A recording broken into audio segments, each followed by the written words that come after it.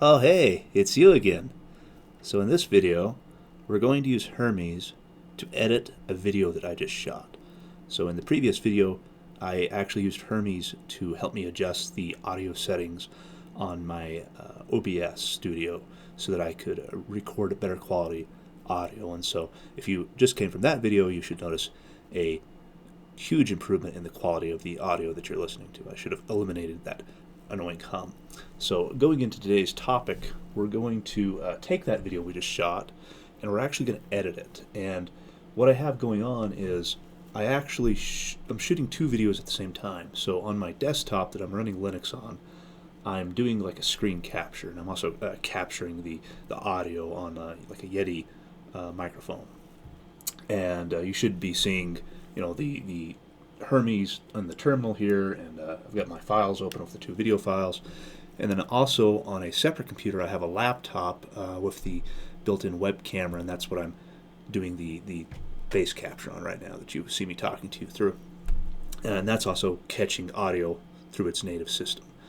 So I've got the two files, and what I'm going to use Hermes to do is I'm actually going to overlay the webcam video onto the screen of the where I'm doing the work with Hermes, and then I'll have it link up the audio so that the timing's the same, and then I can go in and I can actually edit it, like if I needed to cut out parts of the video. So like before I even started speaking in this video, I had some blank space, and I took a few moments to get set up before I even started talking, so I can actually go in and I can cut stuff like that out.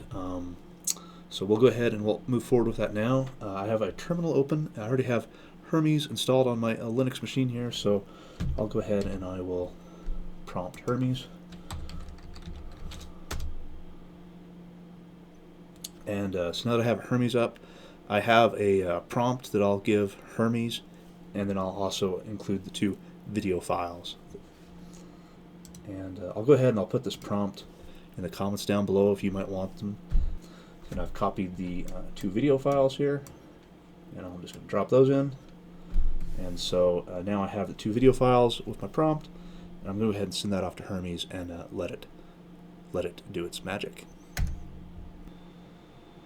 Okay, we're back. So it took Hermes a few minutes there to do the work, and it's given me now a new video of the two videos combined, and I'll go ahead and review that, and I'll let you know what it's like.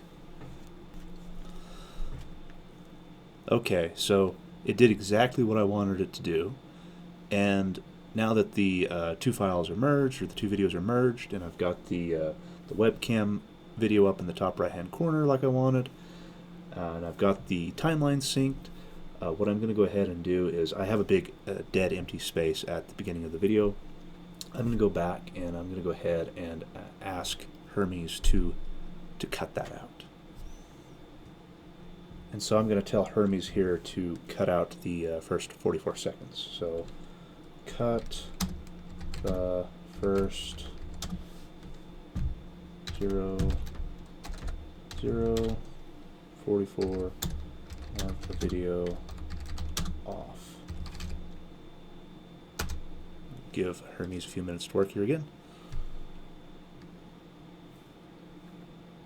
Okay, Hermes was able to make that new edit where it cut the first 44 seconds off, so I'll review that.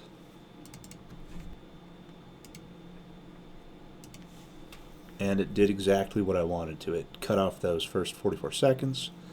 And so what I'm going to do now is I'll watch the rest of the video, and I will make a few more of those cuts where I ask it to cut out a section or a video, and we'll be back to cap it off in just a moment.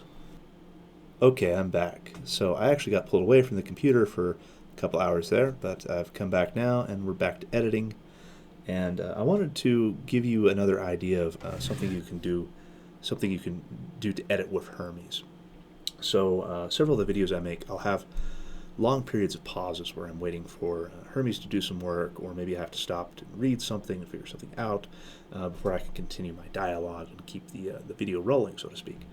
And so in these big empty dead spaces, something I can do is I can actually go to Hermes and I can give it another prompt and say, hey, in my video I have these large dead spaces, can you review the whole video and identify those dead spaces and actually edit or cut those out and maybe leave a little bit of a buffer.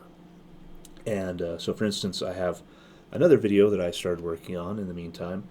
It was about 16 minutes long, and Hermes was able to go through and remove about 7 minutes and 50 seconds of dead space.